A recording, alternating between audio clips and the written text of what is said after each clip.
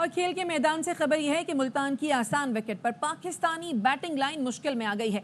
England के 823 run के जवाब में पाकिस्तान का टॉप ऑर्डर धोखा दे गया। 5 विकेटें सिर्फ 59 रन पर गिर गईं। पहले टेस्ट में कौमी टीम पर शिकस्त के बादल मंडलाने लगे हैं। माशाल्लाह आपकी टीम जो है सेकेंड इनिंग में 152 पे 6 आउट हो गए। जरा पीछे चला जाता हूँ थोड़ा सा। बड़ी बातें लोग कर रहे थे मेरे बारे में, क्या फ्लैट पिच की बात कर रहे हैं, फ्लैट पिच होनी चाहिए, ये पिच होनी चाहिए। मुझे लोग कह रहे हैं कि आपको पता लग गया फ्लैट पिच क्यों होती है, टेस्ट में ड्रॉ हो जाएगा, ये हो जाएगा। अभी थोड़ी देर पहले मैंने वीडियो बनाई, मैंने क्या बोला था कि जब इंग्लैंड के फास्ट बॉलर बॉल करेंगे तो देखना क्या होता है। जैसे पाकिस्तान को सेकंड इनिंग मिलनी नहीं चाहिए, एक इनिंग खेले और फिर टेस्ट मैच खत्म हो जाए। पहली इनिंग्स में इतना बड़ा स्कोर करने के बाद इस पिच पर 4.25 दिन में 1379 रन बने और सिर्फ 17 विकेटें गिरी हैं। उसके बाद पाकिस्तान की इस तरह की मायूसकुन बैटिंग, और ये पाकिस्तान के साथ पिछले 5 टेस्ट मैचेस से चल रहा है कि 556 रन करने के बाद कोई टीम एक इनिंग से हारेगी तो वो भी ये माशाल्लाह से पहली टीम पाकिस्तान बनेगी। आज 825 रन जो इन्होंने खाए हैं 5.5 के रन रेट से, ये जिंदगी में टेस्ट क्रिकेट की पहली टीम बनी है कि जिसने इतनी तेजी से रन खाए हैं। मुल्तान टेस्ट में पाकिस्तान क्रिकेट टीम इंग्लैंड के खिलाफ मुश्किलात का शिकार है। दूसरी इनिंग्स में पाकिस्तान की 6 विकेटें 82 रन पर गिर गईं। सऊद शकील 29 रन बनाकर पवेलियन लौटे हैं। मोहम्मद रिजवान भी पवेलियन लौट गए हैं। साइम अयूब 25 रन बनाकर आउट हो गए हैं। मुल्तान टेस्ट में हैरी ब्रुक ने पाकिस्तान की वर्ल्ड क्लास बॉलिंग लाइनअप को मारे हैं 317 रन 322 गेंदों के ऊपर। मजेदार स्टोरी बताऊं, हैरी ब्रुक जब 2022 में पहली मर्तबा आया था ना पाकिस्तान, वो 3 टेस्ट मैचेस की सीरीज जो इंग्लैंड 3-0 से जीत कर गया था। बाबर आजम उतने रन उसने पिछले 4, 6, 8, 10 जितनी मैच खेला पाकिस्तान इस साल, इतने रन उसने मिला के सिर्फ टोटल नहीं किया जितना ब्रुक एक इनिंग में करके चला गया। तो भाई ऐसी पिचेस पे जब तक आपका अगर पेस कम है और कट अगर नहीं करने आता, आप फारिग हैं। हमारे बॉलर्स ने तो थर्ड क्लास किस्म की बॉलिंग की है ना, जिसकी वजह से हम जो है वो फारिग हो जाएंगे। कल आराम से हम ये टेस्ट मैच हार जाएंगे। हैरी ब्रुक मतलब पाकिस्तान इस तरीके से आता है जिस तरीके से ना शोहर जो है ना वो अपने ससुराल में जाता है। पता होता है उसे, जैसे यहाँ बड़ा दामाद नहीं जाता ससुराल में अपने, पता होता है भैंस की आंख बड़ा दामाद और टैका है इस जगह के ऊपर। फिर वो यहाँ पे उन्होंने 825 रन इनको 5.5 के रन रेट से मारा है। इतना बेदर्दी से, बेरहमी से उस पिच में ये 5-4 सेशन क्या, ये एक सेशन नहीं सरवाइव कर सके।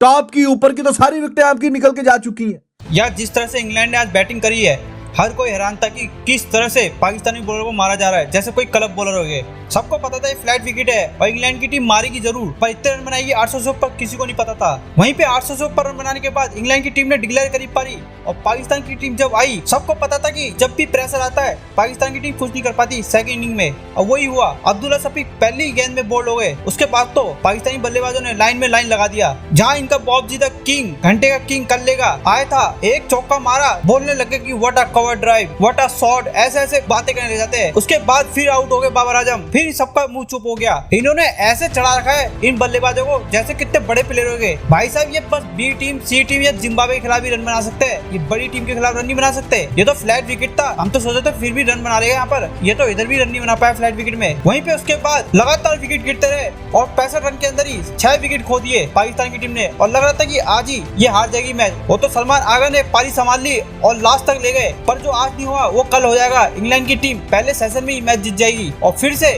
पाकिस्तान बेइज्जत हो जाएगी कि एक फ्लैट विकेट में पाकिस्तान की टीम हार गई, और पिछले 3 साल से हारती आ रही है और आज भी हार गई पाकिस्तान की टीम अपने घर में ही। चले देखते हैं पाकिस्तानी मीडिया क्या कह रही है।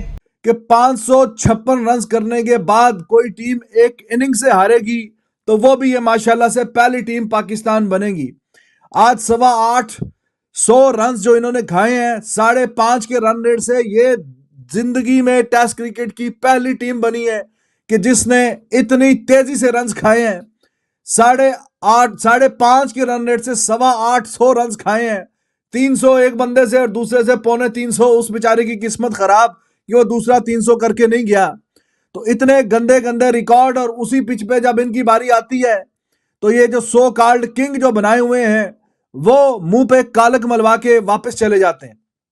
बाबर आजम उतने रन उसने पिछले 4, 6, 8, 10 जितनी मैच खेला पाकिस्तान इस साल, इतने रन उसने मिला के सिर्फ टोटल नहीं किया जितना ब्रुक एक इनिंग में करके चला गया, जितना एक इनिंग में वो करके चला गया। ये बाबर आजम, ये किंग किस चीज के किंग है भाई? ये क्या किंग है? ये हैं जनाब यहाँ पे। और तुम लोग मैच भी नहीं बचा सकते। कुछ थोड़ा सा मैच तो बचाना दूर की बात है, तुम एक दो सेशन भी खड़े होकर बारी नहीं कर सकते। लारा ने भी 400 किया था, 400 किया था और इंग्लैंड को फॉलो ऑन करवाया उन्होंने, 200 के आसपास आउट कर दिया। दूसरी बारी में वो मैच बचाने में कामयाब हो गए। और इस पिच पे मैं लारा की बात बता रहा हूं, जो वर्ल्ड रिकॉर्ड है, 400 रन उसने किए थे, 400 रन 750 पे डिक्लेयर किया वेस्ट इंडीज ने, 200 पे आउट किया इंग्लैंड को। इंग्लैंड वालों ने बाकी के जो 5 सेशन थे वो बैटिंग करके मैच बचाने में कामयाब हो गए। इस पिच पे जहां पे उन्होंने 850 रन इनको 5.5 के रन रेट से मारा है, इतना बेदर्दी से, बेरहमी से, उस पिच में ये 5-4 सेशन क्या, ये एक सेशन नहीं सर्वाइव कर सके। टॉप की ऊपर की तो सारी विकेटें आपकी निकल के जा चुकी हैं, सारी की सारी आपकी ऊपर की विकेटें जा चुकी हैं। ये तो नंबर 7 वाला और नंबर 8 वाला बैटिंग कर रहा है, कितनी को बैटिंग कर लेंगे? तो उस पिच पे जहां पे ये भीख मांगते रहे, एक एक सेशन के लिए ये तरसते रहे, ये तड़पते रहे, ये बॉलिंग पे बॉलिंग करवाते रहे कि शायद हमें कोई, और कहीं अगर गलती से कोई कैच निकल भी आया, कैच भी छोड़ रहे। बाबर आजम, कैच भाई तुमसे हो नहीं रहा। आप समझे कितने कैच निकले होंगे जब 850 पे उनके आउट ही आप नहीं पूरे कर सके, तो इतनी मुश्किल कंडीशंस में आपके कितने को कैच निकले होंगे। और जो कैच निकल आया वो कैच भी तुम लोग मुंह से पकड़ रहे हो, वो कैच भी मुंह से पकड़ रहे हो। ना तुमसे कैच होते हैं, ना तुमसे कप्तानी होती। ये जो सारा, ये जो लानत और कालक मुंह पे हर सीरीज में मली जा रही है, चपेड़े लग रही हैं, ये सारे का सारा जो निजाम है, ये हिसाब किताब है, ये बाबर आजम ने शुरू करवाया। बाबर आजम की कप्तानी में यह काम हुआ है। ना उससे कप्तानी हो सकी, कप्तानी में भी रुसवा, कप्तानी में भी बेशर्मी, कप्तानी में भी बेहयाई, और वो कप्तानी से जान छूटी है। बैटिंग भी बिल्कुल भूल गया कि बैटिंग कैसे करनी है। बैटिंग तो चलो छोड़ो, कैच और जल्दी शायद जान छूट जाती है हमारी थोड़ी सी। वो यहां पे यही तरीकाकार था इंग्लैंड का। उन्होंने 200-250 रन ऊपर डालने थे और इनको बोलना था आ जाओ बेटा बैटिंग करने के लिए। अगर तुम लोग थोड़े से कैच कुछ भी पकड़ लेते, कैच भी नहीं से पकड़ा गया, कैच भी नहीं पकड़ा गया भाई, टाइमली की शायद तुम लोगों की थोड़ी बचत हो जाए। जैसे पाकिस्तान को सेकंड इनिंग मिलनी नहीं चाहिए, एक इनिंग खेले और फिर टेस्ट मैच खत्म हो जाए। पहली इनिंग्स में इतना बड़ा स्कोर करने के बाद इस पिच पर 4.25 दिन में 1379 रन बने और सिर्फ 17 विकेटें गिरी हैं। उसके बाद पाकिस्तान की इस तरह की मायूसकुन बैटिंग, और ये पाकिस्तान के साथ पिछले 5 टेस्ट मैचेस से चल रहा है। क्या लगता है हमारे बैटर्स परफॉर्म क्यों नहीं कर पा रहे? अपने घर में ही हम अच्छा नहीं खेल पा रहे? कोई बैड लक का शिकार हो गए हैं, ओवर कॉन्फिडेंट हो गए हैं, या कॉन्फिडेंस बिल्कुल ही खत्म हो गया है? मसला क्या है? और जिस सर्जरी की बात हम सुनते आ रहे हैं कि सर्जरी होगी, सब ठीक हो जाएगा, वो सर्जरी कब होगी, या वो हुई है फिर भी कोई फर्क नहीं पड़ा? देखिए, इस पिच पर जहां पर के इंग्लैंड ने इतनी अच्छी बैटिंग की, एक बैट्समैन ने ट्रिपल सेंचुरी बनाई, एक बैट्समैन ने डबल सेंचुरी बनाई, उसके अलावा भी उनके बैट्समैनों ने बहुत ज़बरदस्त बैटिंग की। एक ने 82 रन बनाए, एक ने 78 रन बनाए। हमारे बैट्समैनों ने पहली इनिंग्स में बड़ी अच्छी बैटिंग की, लेकिन ये प्रॉब्लम काफ़ी अरसे से चल रहा है और ये हेड कोच को और कप्तान को डिस्कस करना पड़ेगा। अब हमें वक्त आ गया कि हमें वाइट बॉल के प्लेयर और रेड बॉल के प्लेयर अलग करने। हारता रहेगा पाकिस्तान, टेस्ट मैचों में अभी मुसलसल हारेगा, तो इसलिए 1-2 साल इंतजार करना पड़ेगा, अदरवाइज हम अपनी टेस्ट टीम नहीं बना सकेंगे और इसी तरह पाकिस्तान की टीम हारती रहेगी। कि इंग्लैंड के फास्ट बॉलर्स नए बॉल पे मुश्किल डालेंगे, और वही हुआ। बैट शॉट खेली साइम अयूब ने, ठीक है। रिजवान को कितना ज़बरदस्त बॉल हुआ, बाबर आजम को कितना ज़बरदस्त बॉल हुआ, अब्दुल्ला शफीक सामने से बॉल बीट कर गया।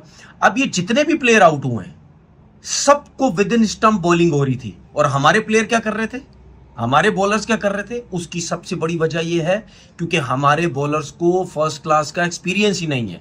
जिस बॉलर को फर्स्ट क्लास का एक्सपीरियंस होता है, चाहे फ्लैट पिच हो चाहे बॉलिंग पिच हो, वो एक पेशेंस के साथ, स्पेशली ऐसी विकेट जो फ्लैट पिच है, अगर पेशेंस आपके पास है और आपको ऐसी पिच पे बॉल करना आता है, अगर आपके पास स्विंग नहीं है, स्पेशली वो फास्ट बॉलर जो 125 से लेकर 135 के बीच में बॉल करते हैं, उनको बॉल कट करना आना चाहिए।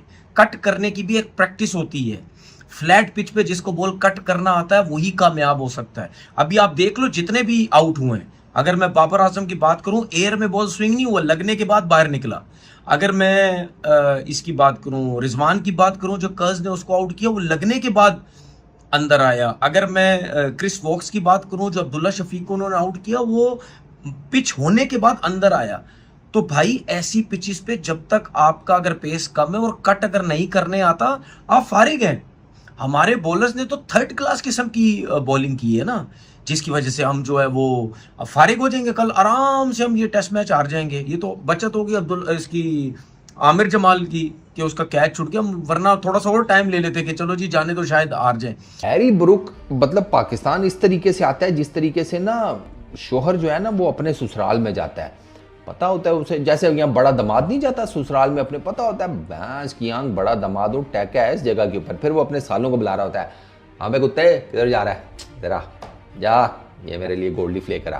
तो वो साला भी फिर अब पता है बड़ा दामाद है तो कहता है नहीं नहीं भाईजान आप पैसे रहने दें, मैं ले आता हूँ। कौन सी वाली है गोल्ड लीफ, कौन से वाला, वो वाइट वाला, रेड वाला। तो ये आगे से उसे गुस्सा करके देख रहा होता है कि इतने साल हो गए तेरी बहन को अपने घर में बसाया हुआ है और तुझे साले ये भी नहीं पता कि मैं गोल्ड लीफ कौन सा पीता हूँ, शटैक। इस तरह का ना हैरी ब्रुक का एटीट्यूड होता है पाकिस्तान में आकर, जैसे बड़ा दामाद अपने ससुराल में आता है। इसी तरह फेंटा लगाता है भाई हमारे बॉलर्स को। यार खुदा की कसम 29 चौके 3 छक्के, ओ भाई उसकी हैरी ब्रुक ने कल जिस तरह मार रहा था ना वो, मैंने कहा यार ये नहीं छोड़ेगा भाई। लेकिन मुझे ये अंदाजा नहीं था कि वो ट्रिपल सेंचुरी मार के जाएगा। मेरा ख्याल है हैरी ब्रुक की, अगर मैं गलत नहीं हूं तो इससे पहले कोई ट्रिपल सेंचुरी है, मुझे तो नहीं याद पड़ता कि इसकी कोई ट्रिपल सेंचुरी हो इससे पहले। बट यू नेवर नो, वो आपको कई दफ़ा भूल भी जाता हूँ मैं, क्योंकि हैरी ब्रुक की ट्रिपल सेंचुरी नहीं है आई थिंक सो इससे पहले। सर नहीं है, हम ही हैं, ये हम ही हैं दुनिया के सबसे जिसे कहते हैं अच्छे दिल के लोग। हर किसी का कैरियर बेस्ट हमारे अगेंस्ट ही आपको मिलेगा। ये हमने ना अपने आप से अहद किया हुआ है कि हमने दुनिया भर के बैटर्स बॉलर्स का जो कैरियर बेस्ट है ना वो अपने ज़िम्मे लगवाना है। हैरी ब्रुक की ये 317 से पहले जो लास्ट 50 है वो वेस्ट इंडीज़ वाली सीरीज़ में है, उससे पीछे जाएं तो आपको नज़र आता है फेलियर। और फिर 2023 में 186, इंडिया में कुछ नहीं की, इंडिया में भी तो कुछ नहीं कर सकते, नहीं इंडिया में तो ये था ही नहीं ना, इंडिया वाली सीरीज़ में तो ये था ही नहीं। सर हैरी ब्रुक की इस time 19 matches 31 innings 1875 runs 317 best. Average पता है बैटिंग कितनी है 62.50, 62.62। हमारे तो सारे बैट्समैनों को मिला लो तो उनकी मुश्तरका एवरेज शायद इतनी ना बने। ठीक है, 6 सेंचुरीज 9 50s, 210 चौके 29 छक्के। सही है भाई, बेहतरीन बनता है तेरा ब्रुक भाई, तेरा बनता है। एक तो ये वैसे बड़ा वर्ल्ड क्लास किस्म का प्लेयर है हैरी ब्रुक, आपने इसकी बैटिंग देखी नहीं हुई अगर आप, ये इज़ टू गुड, बड़ा स्टाइलिश किस्म का, बड़ा कॉन्फिडेंट किस्म का बैट्समैन है। आज ये जब बैटिंग कर रहा होता है ना तो आपको होता है कि यार ये जो बंदा बैटिंग कर रहा है हम इसके ऊपर रिलाई कर सकती है ना। एक ओरा आपको बैट्समैन का नज़र आ जाता है ना, जैसे किसी ज़माने में आज से कोई तकरीबन 500-600 साल पहले बाबर आजम का भी यही हो रहा होता था कि जब वो बैटिंग कर रहा होता था तो आपको ना एक कॉन्फिडेंस सा फील होता था कि यार इस बंदे के ऊपर रिलाई किया जा सकता है। तो हैरी ब्रुक का ना बाबर के ओरे का मल्टीपल है, ठीक है ना।